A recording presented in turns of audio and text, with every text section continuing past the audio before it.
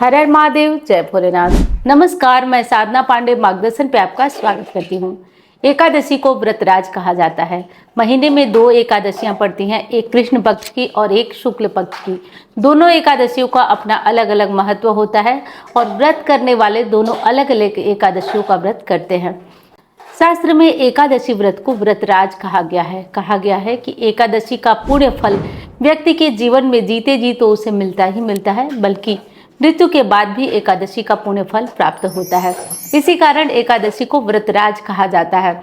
यहाँ तक कि किसी व्यक्ति की मृत्यु हो जाती है तो उसके परिजन एकादशी का व्रत करके उसको एकादशी को मृत्यु जिसकी हुई रहती है उसको दान भी करते हैं, और ये सुविधा केवल एकादशी व्रत में है। इसी कारण एकादशी को व्रतराज कहा जाता है।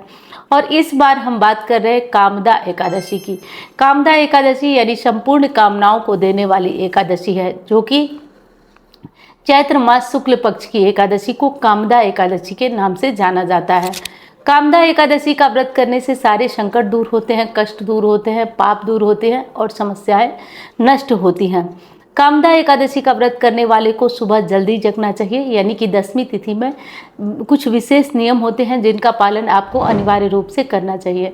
तो जैसे कि सुबह जल्दी जग जाइए। जल्दी जगने के बाद यदि महिला है तो अपने बालों को धो करके साफ कर लीजिए। यदि पुरुष है तो आपको लहसुन प्याज युक्त भोजन का त्याग करना चाहिए, ब्रह्मचर्य का पालन करना चाहिए। 10वीं तिथि में ये सारे नियम आपको पालन करना चाहिए। अब बात आती है कि 10वीं तिथि में ये सारे नियम तो हमारे पालन हो गए। 10वीं तिथि में एक टाइम का जो भोजन होता है, जो शाम को खाना बनता है, वो खाना हमें सूर्यास्त से पहले ही खा लेना होता है। 10वीं तिथि में भी कुछ लोग चावल का त्याग करते हैं, तो आप चावलों का त्याग कर सकते हैं। और चावल का त्याग करें न करें, लेकिन जो भोजन आपका 10वीं तिथि में आप करेंगे उसे सूर्यास्त के पहले कर लीजिएगा। इस विशेष नियम का पालन आप अवश्य कर लीजिएगा। कामदा एकादशी का व्रत करने से व्यक्ति के पाप नष्ट होते हैं, संकट दूर होते हैं, परेशानियां दूर होती हैं। तो कामदा एकादशी का व्रत करने वाले को 10वीं का नियम तो पता चल गया। अब उस दिन, जिस दिन एकादशी है, उस दिन सुबह सवेरे जल्दी उठेंगे, नहा करके अपना भगवान विष्णु की पूजा करेंगे।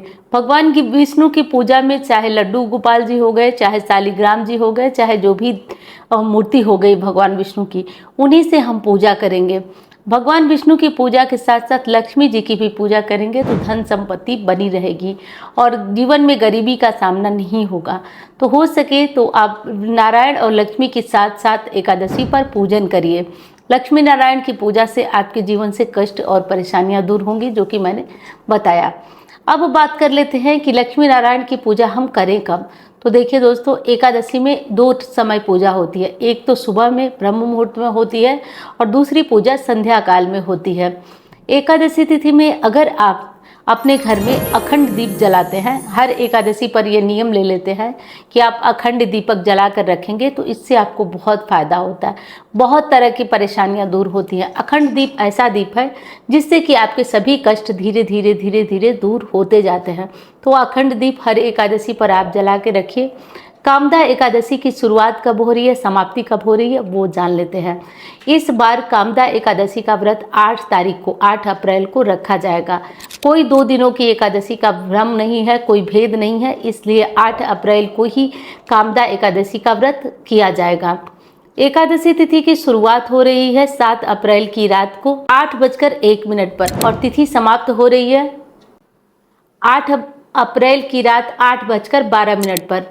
इसलिए उदया तिथि के अनुसार या हर स्थिति के अनुसार 8 अप्रैल को ही कामदा एकादशी का व्रत रखा जाएगा। और इस बार कहीं किसी प्रकार की दुविधा या भ्रम की स्थिति भी नहीं है।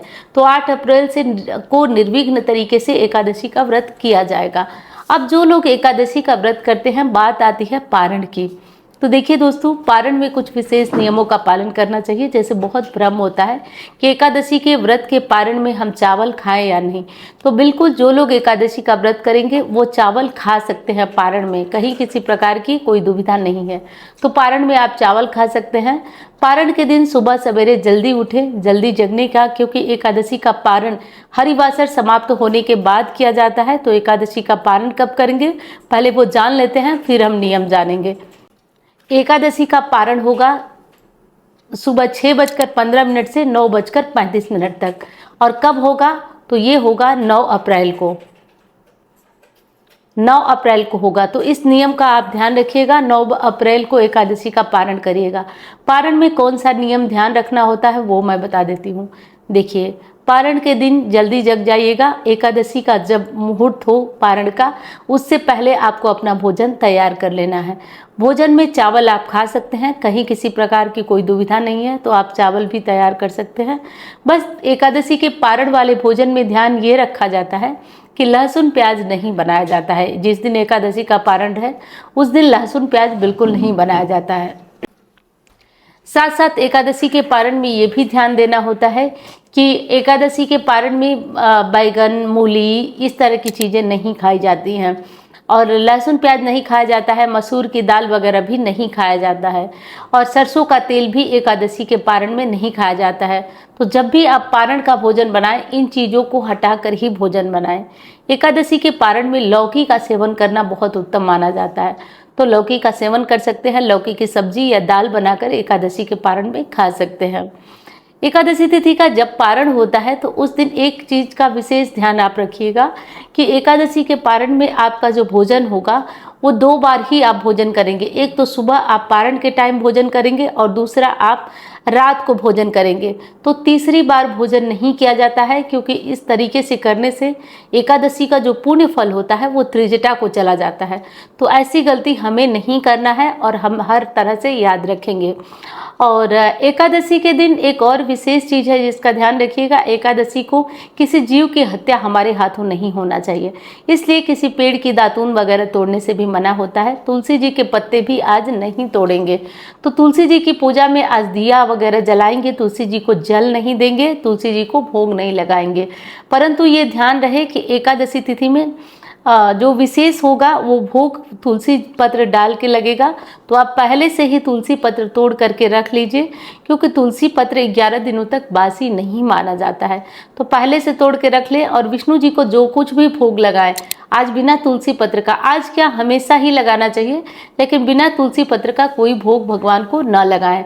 और आज तुलसी जी के सामने घी का दीपक जलाएं, ओम नमो भगवते वासुदेवाय मंत्र का जप करें। आज अखंड दीप जो मैंने बताया वो जलाए ही जलाए आप। आज तुलसी जी की पूजा में कुछ विशेष काम और करना है जिसे कि आप कर लीजिएगा। तुलसी जी की पूजा में आज हो सके तो 5 परिक्रमा जरूर लगाइएगा, ओम नमो भगवते वासुदेवाय। इससे आपके पितरों की जो मुक्ति है वो मुक्ति होगी और आपको लाभ मिलेगा। पितृ दोष वगैरह जैसी समस्या है तो आपको इसका लाभ मिलेगा। अगर संतान आपका कहना नहीं मानती है तो आज भगवान विष्णु के सामने चंदन बनाएं। कैसा चंदन? तो थोड़ा सा कपूर और थोड़ा सा केसर लेकर के घिस लीजिए और घिस करके इसका चंदन बनाइए और चंदन बनाकर भगवान विष्णु को पहले समर्पित करिए, यानी विष्णु जी को लगाइए। और इस चंदन को आप स्वयं खुद लगाइए, अपने बच्चे के मस्तक पे लगाइए, इससे आपके बच्चों की समस्याएं दूर होती हैं। तो ये काम कर लीजिए। कामदा एकादशी की बहुत बहुत शुभकामनाएं। मैं उम्मीद करती हूँ कि सारी जानकारियाँ मैं बता दी आपको। अब आने वाली वीडियो में आप प्रदोष के बारे में जानेंगे, तो वीडियो को देखना मत भूलिएगा। अब मैं मिलती हूँ आपसे अन्य वीडियो में। धन्यवाद।